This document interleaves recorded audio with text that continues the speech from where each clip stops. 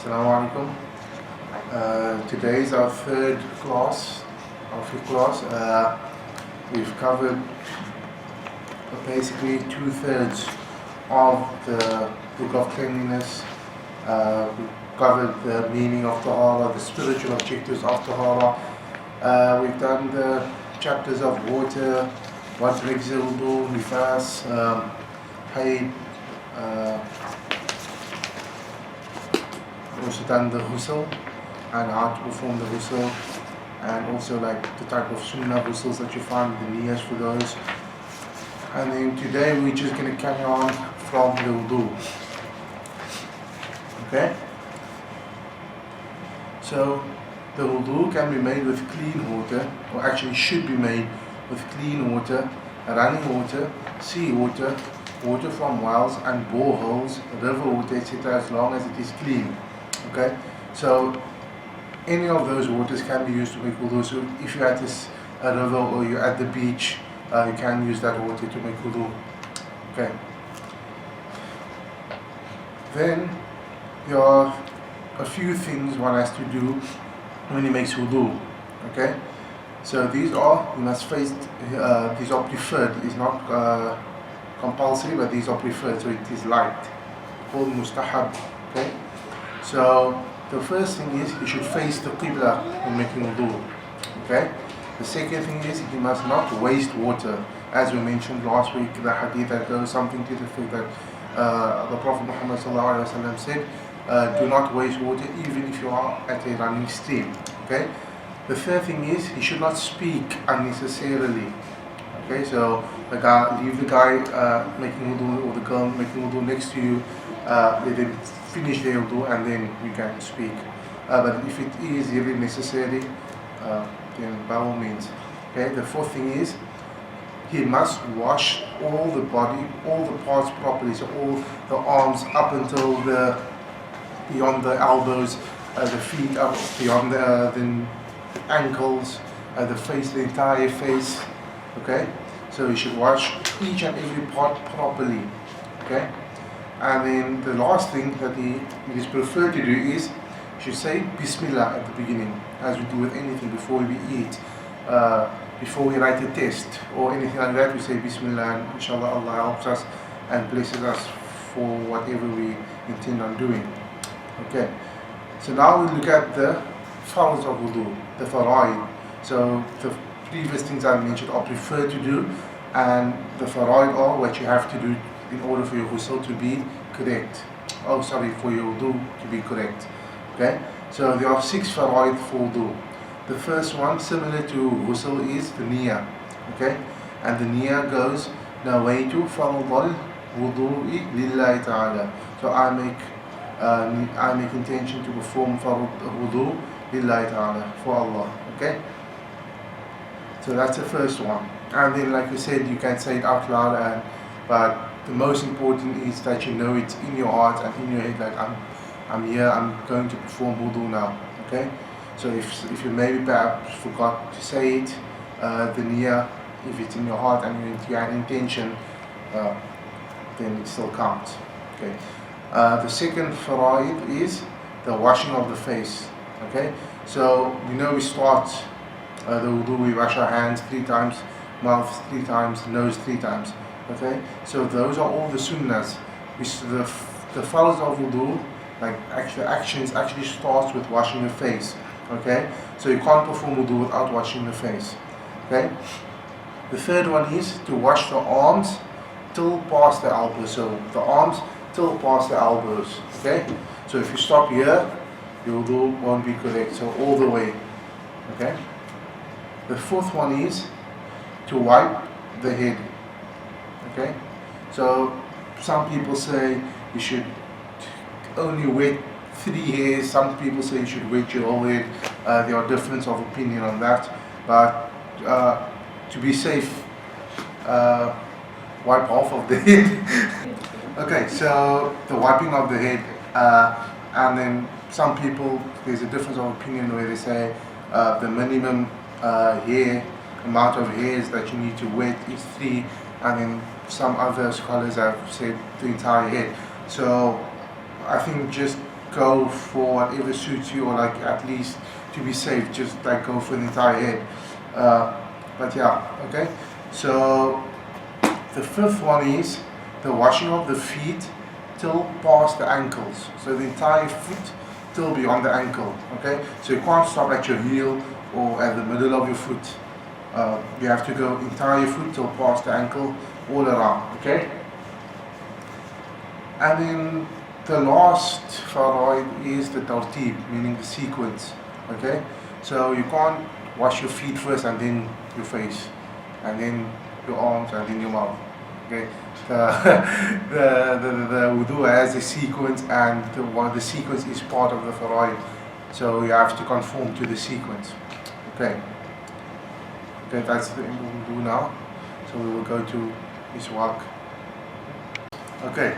So the chapter of miswak, and for those of you who don't know, the miswak is a branch from a certain type of tree, which the edge. Oh, okay, yeah, we've got one here. It's been through a tough time. If you guys can see, it's a bit small, but it does the job. Okay, so this comes from a certain type of tree. I'm not sure. Probably called the miswak tree. I'm not sure on the name. If you've got some botanists here, then they, okay, whatever. So this is basically just a branch of the tree, and then the edge is split using a knife or whatever into bristles. So it's basically like a straight toothbrush. Okay, and what you do with this is you just brush your teeth. I don't want to use this one now. I don't know who used it before. So guys, get your own personal miswak. Okay? I know it's soon to share, but don't share everything. Can females also use it? I'm pretty sure, yes. Females can also use it. Yeah. Okay? So the miswak is a big sunnah of the Prophet Muhammad sallallahu alaihi wasallam. Okay? So there are certain instances where it's like sunnah to use it. These instances are such as you make miswak, meaning you brush your teeth before you start performing wudu. Okay, so you clean the mouth with the miswak before you start cleaning wudu. Before you start making wudu. The second one is when you stand for salah. So when the muazzin is giving iqamah, before the imam says Allahu Akbar, picks up his salah. You make miswak. Okay. The third one is when your teeth starts getting yellow, so when your teeth starts getting dirty. That's one of the purposes of the miswak. Plus, you don't need any toothpaste, so you just use this and just rinse it off whenever you get a chance. Okay. And then the fourth one is when the smell of your mouth changes. Okay, so sometimes if you're fasting, I'm not sure if you can use miswak while you're fasting. We'll have to find out about that. But for instance, when we fast, our breath starts to smell, and then perhaps in that case you can use the miswak. You just have to make sure that it is valid. Okay, and then it's also said that it is desired to make miswak in the breadth width of your mouth. So from this all like that, same as you brush your teeth. Okay, so up, down, all the way around. Okay. Okay. So now we've covered miswak and wudu. Now we'll go to the chapter of tayammum. Okay. And tayammum in Arabic means intention, and in fiqh it means your intention to use soil or dust. Clean soil or clean dust for tahara. Okay, so you can't use any soil or any dust to perform tayammum. Okay, and there are also certain instances where tayammum is applicable and certain instances where it's not. Okay, so these instances are it is permissible to make tayammum for hadath asghar, meaning small impurity, and hadath akbar, meaning big impurity, where previously for hadath akbar you'd have to make a ghusl, and for hadath asghar you'd have to make a wudu. Okay, so it is permissible to make tayammum for both of these. Okay, and then for tayammum you have to wipe your face. Okay, so your face and your arms till past the elbows. So the same what we do. The arms till beyond the elbows with dust by using 2 beatings. Okay, so 2 beatings. You hit your hand. The first time you hit your hand in the dust, and then you wipe your face. The second time you hit in the dust, you do the arms till beyond the elbows. That's what's meant by 2 beatings. Okay, so yeah, so 1 beating for the face and 1 beating for the arms. It is also preferred to say Bismillah to make the niyyah and to hit your hands on the soil or dust. Okay, so same with the wudu. You say Bismillah before. Actually, we should say Bismillah before we do anything, and then Allah will bless us in whatever we do. Okay, so then similar to wudu, we've got the faraid of tayammum. Okay, and similarly we've got the niyyah. The niyyah goes nawaitu tayammuma li istibahati salah. Okay, I'm gonna translate that roughly means I make intention to perform tayammum in order to make salah. Okay, and then the second one is to wipe the face, and again wipe the entire face. Okay, entire face, and then then after you wipe the arms till the elbow. So the right arm beyond the elbow, the left arm beyond the elbow, and then it is found to use 2 beatings. So you can't make 6 or whatever or 1. You have found to use 2 beatings. And then similarly to wudu, the tawtib, and here the tawtib is so much easier. It's your face and your arms. So you can't go arms and then face. Okay, so the sequence in which you perform it. Okay, and then the sunnahs of tayammum. Like wudu, it's the first one to say Bismillah, and similar to wudu, to wipe the right side first, then the left side. So the right arm, then the left arm. Okay. Okay, so now we look at when it is permissible to perform tayammum. In which instances and cases does it become necessary or permissible? Okay, so the first one is after you have searched thoroughly. The optimum word here being thoroughly for water, but could not find any.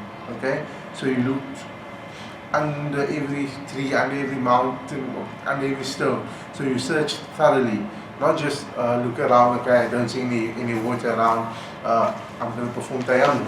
Okay, so you search thoroughly. Then, if there is water, but you can't use it for ghusl or wudu, only for drinking purposes. So this is in the case of maybe we've got drought and there are water restrictions or extreme drought. So then, if you're going to be using water for ghusl and wudu, you'll be disadvantaging yourself and others in the case where the water actually runs out.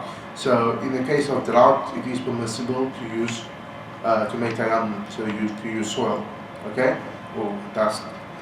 Then the third one is when you have to buy water for a higher price than the normal price, or there is no money to buy it with. So if it gets to a stage where the price of water skyrockets, similar to what's happening with the petrol nowadays, and it gets so high where it's not practical to buy a 500 milliliter bottle of water for wudu, or you'll need like 5 liters for ghusl, for instance. When it becomes impractical, then it is permissible to make tayammum. Okay. Or when you don't have any, if in that case you don't have any money as well, and basically you can't afford it, then it becomes permissible as well. I think you have a question? Yes, it's a question, but it's regarding to one of the times when it's permissible to take tayammum, which is not stated here. But I'm not sure how accurate this is, because I heard it from one of the sheikhs.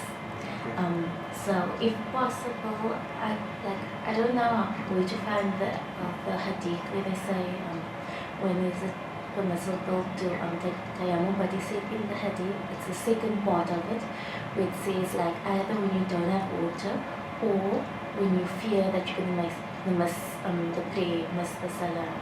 So Oh, okay. I don't know. Logically, it makes sense. But like we'll just have to just confirm on that. Because like I don't know I'm not a scholar of hadith, so I don't know. But yeah, you can Google it. Okay. One for the question. Okay, so let's just carry on from where we left off. And the fourth one that we've got, the instance is when a person is suffering from some kind of sickness, and by using water, his or her condition will deteriorate or become worse. So if you've got a rash or something which has to remain dry, then in order for you to perform salah, you need tahara, you need to apply tahara. So in that case, it's permissible to use dust or soil to perform tayammum instead of wudu. Okay, and then the final instance that we've got here is at the time of extreme cold, and whereby using water will affect your health or cause harm to parts of your body. Okay, so if we live luckily in South Africa, we don't get like snow and snowstorms and stuff like that. It does get cold, but not as extremely cold as perhaps in Europe, in the northern hemisphere, where if you're going to be using water, you're actually going to be affecting your health in a bad way, so your health will deteriorate, and then in that case, it is permissible to make tayammum. Just a thought that came to my mind now. I think I want snow. If you use snow, does it count as a wudu or tayammum or both? I don't know. Okay, well, that's just a thought. We'll let you guys think about that. Okay, and then finally it says, when there is no water and you can't find dust, and this is in a very extreme case. So if you live on like in the Burj Khalifa or something, and then the power goes out, and then you can't take the lift, and the water goes out, and then you don't have any water, you don't have power, you're stuck in a room, and then you are a good Muslim, very good Muslim, and you can't find dust either. So in that case, you have to perform your salah without wudu or tayammum, but you have to repeat that salah. Okay? So in that very extreme case where there's no water, no dust or soil around, then it is permissible to perform salah without wudu, but you have to repeat that salah. You have a question? What is the minimum amount of dust? Okay. Is there Just any? see. Okay. Then we do mention it, not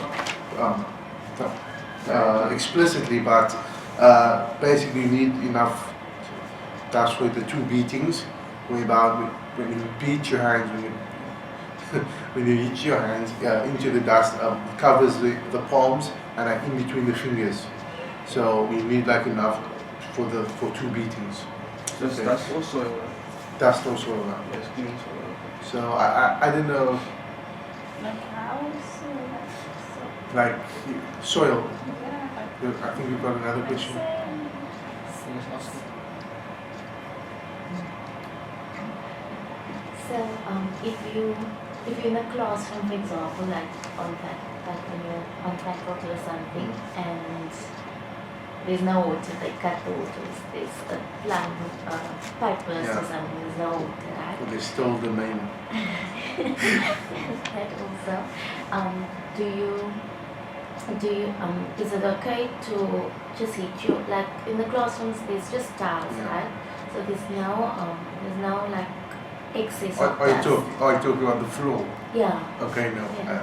I would say no, because like people are walking. That's actually there is like some of it as people that walked it in from wherever they came. So maybe from whatever watering holes they come from. But I would like the dust on the floor. I wouldn't say. I think like the dust. Or in the corner of the room maybe, Oh. like for example. Top of a cupboard. Yeah, I don't know The thing is, they say clean dust, but like we have to actually like explain what clean dust is, and I don't think that's in here, but we will have to do that. What they normally do is, when you dig, so when you go beyond the soil, you get to the clay part. So normally they take the clay and they dry that out, and then when it dries out, you just like crush it, and it becomes dust like a powder. So that is considered clean, and that's what they normally use in times of drought and so. Or maybe if you're in the desert, I think. No, but I don't know if it's dust and sand and soil is the same.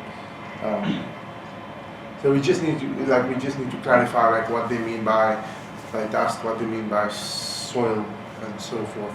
Okay, so if I was in a situation at the faculty and Yes. there was no water, Yeah. I would walk all the way down to the ground level and then go outside where the plants are. And could I just take the soil there, or should I just dig a bit? Like I think it's not stated here like what Specific. what soil is considered clean and what soil is not considered clean, because like soil on a farm, like you have to be perhaps or Yes. or like soil.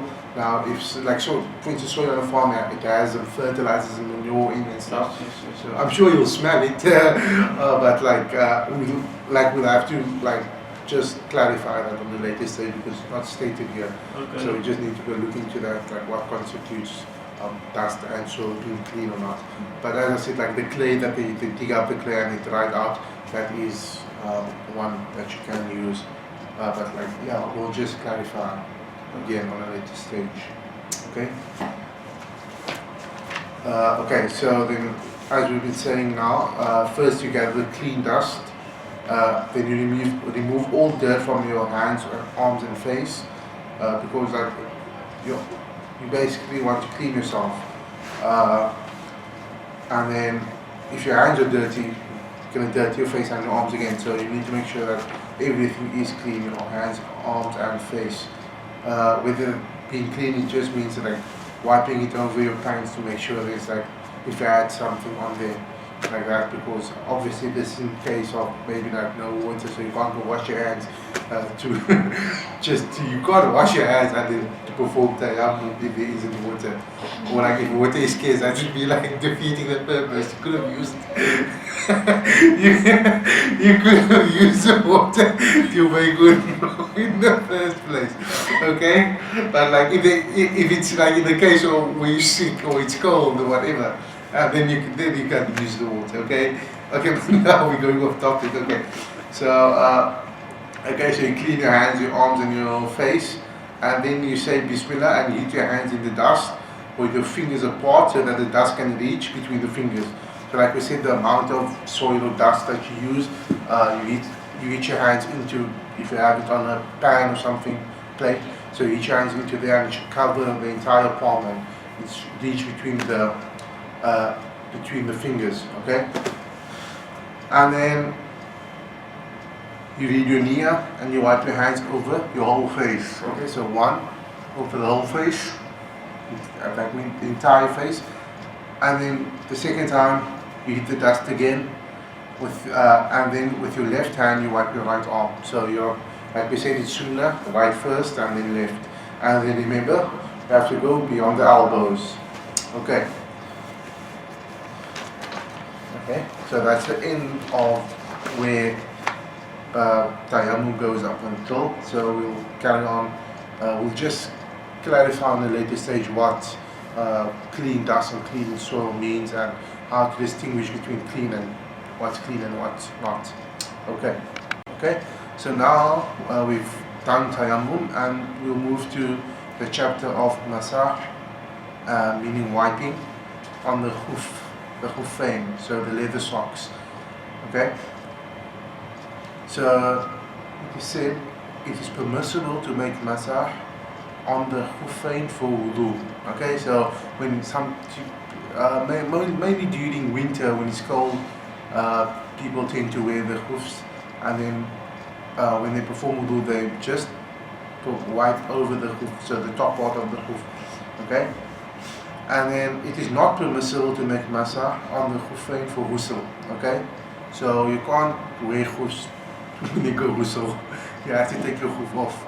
Otherwise, when you come out, your khuf is full of water, and basically that water that runs down your body is the dirty water that has to run away. So it will basically be collecting in your khufs, and then your like basically still be dirty. Okay, so it is permissible when you perform wudu, but not when you're performing ghusl. You have to take it off. Okay, so now we're looking at the periods, the amount of time that you can wear the khuf, and there are two instances, or like two people that this is separated into two categories of people. The first one is the resident, meaning someone who's staying at home, is just going to mosque, he's not traveling. Okay, so the resident, for him, he can wait for a day and a night, so 24 hours. So if I put on the khuf now, it's about 1 o'clock.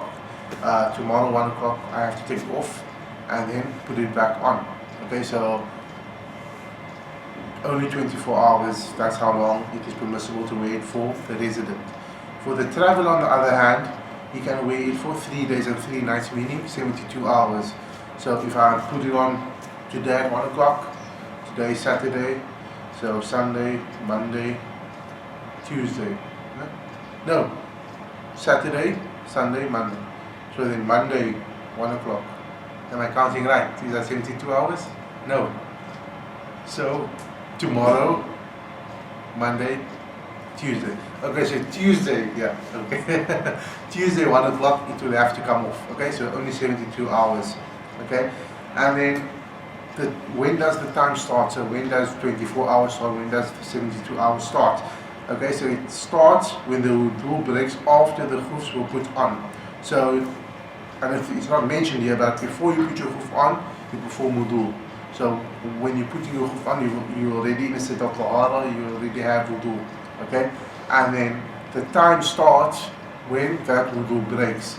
So if I perform wudu now, 1 o'clock, then I put my khuf on, 2 o'clock, my wudu broke. From 2 o'clock until 2 o'clock tomorrow. So from 2 o'clock, 24 hours. Okay? So from the time your wudu breaks. And then it says that a person who is a resident can only wear the khufs for 24 hours, and a person who is a traveler can only wait for 72 hours. After the time for both the resident and the traveler has expired, the khufs has to be removed. Okay, so after 24 hours you have to remove it and then put it back on. I'm just thinking now, if after the 24 hours and you've still, when 24 hours expires and you're still in wudu, do you have to perform a new wudu before you put the khuf on? I'm just not sure. I think maybe you just take it off and then put it back on, because like we said previously, like, you can't like perform a wudu on the wudu.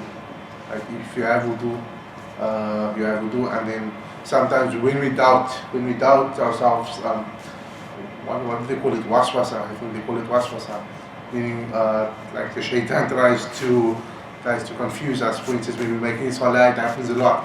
Where you think, okay, I'm in the last rakah, or I'm in the third rakah. So that's waswasa. And then he said that the Prophet ﷺ said something to the effect, in the case of wudu, where if you think, okay, did my wudu break or didn't it break? In that case, you give yourself the benefit of the doubt. If you cannot think of any instance where it broke, so you cannot think, did I fall asleep, or did I touch the opposite sex, or did I go to the bathroom, did I pass wind, like you're not sure, you can't remember, then in that case you give yourself the benefit of the doubt, so in that case you'll have wudu. Okay, that's just sounding mark. Okay, and then for the khufs, there are certain conditions for wearing and removing the khufs. Okay, so it said it must be strong enough, meaning the khuf, the leather socks. It must be strong enough so that a person can walk on it for a few kilometers. Okay, so leather is normally strong, unless it's leather, but leather, you should be able to walk on the khufs for at least a few kilometers, so maybe 1, 2, 3, whatever. The longer your hoofs last, the better, okay? So it should be strong enough to survive that without like tears or holes coming in there. And then a person must be in a state of wudu, like I mentioned before he starts wearing it. And then janaba makes it necessary that the person must remove the hoofs. Janaba meaning when you go into a state where you require ghusl. Okay? So when you go into that state, you have to remove your hoofs, like I said, for ghusl. And then when the hoof tears or breaks, it must be removed. So if it tears while you maybe just walk 700 meters, meaning your hoofs isn't strong to begin with, when it tears, you have to remove it. You can't keep on wearing your hoof if it tears or if there a hole comes into it. Okay. Do you have any questions? Okay, so I think we'll stop there for today. We'll carry on. I think the next chapter we'll be looking at will be Salah. So we covered, basically we covered Tahara, meaning what comes before Salah, so Wudu, Tayammum, Ghusl, all of that. So now we'll move on to Salah and inshallah continue from there. Okay? Shukran. Salam. Yo Muslim Water.